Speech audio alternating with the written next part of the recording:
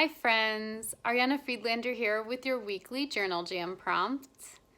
One of the times I find it really helpful to turn to the pages of my journal and have advised clients around as well as when making decisions.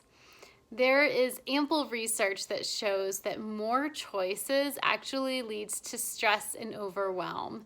And these days it feels like there are lots and lots of options, whether we're making decisions about a purchase or what kind of work to pursue. There's so many choices that it can be a little overwhelming. And for me personally, I tend to either shut down or overthink my decisions, and that leads to a lot more stress. And so turning to the pages of my journal is a really great opportunity for me to process what I'm thinking, how I'm feeling, but also more importantly, really getting a grasp on what are the options I'm considering and what is important criteria for me to take into consideration when making these decisions. And possibly above and beyond all of that, it helps to even just name what the decision is. I think a lot of times we overinflate the type of decision that we have to make. And so even just naming, I am choosing what computer to purchase, or I'm choosing what website to host for my business, or I am choosing a course to pursue. Really naming what the decision is that we're making, what different criteria is, what our options are, and then really just checking in with ourselves about that decision and how we feel about it. There's a lot of times that we think, oh, we're rational people, but the reality is that we're emotional people and we rationalize our decisions. And so it can be really helpful to check in and see, how does this decision sit with my head and my heart and my gut? And just seeing what feels best and right, and how that really compares to the different criteria that we have, and being really mindful and intentional about the decisions that we're making.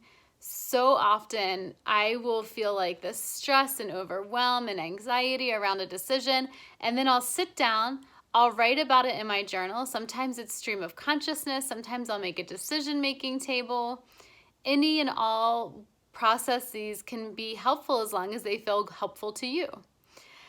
Afterwards, I'll come away feeling a great sense of peace and just satisfaction with whatever decision I have made, in part because the anxiety and stress around making the decision is over, and because I've really gone through a thorough, thoughtful and intentional process of making a decision and not falling into some common decision-making traps like the non-decision decision.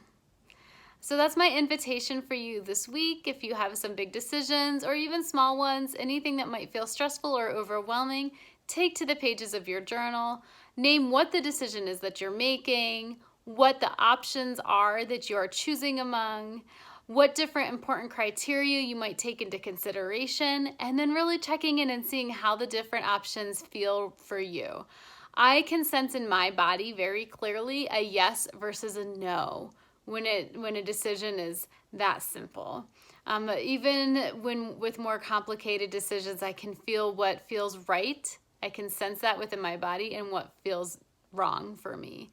And that's a very helpful way to connect with that sense of intuitive decision making as well. So as always, you are invited to join us for a journal jam. If you want to connect with others and get support on your journey, you're more than welcome to. Information about the next journal jam and how to register is below. Would love to have you join, and wishing you and yours a happy week. Take care.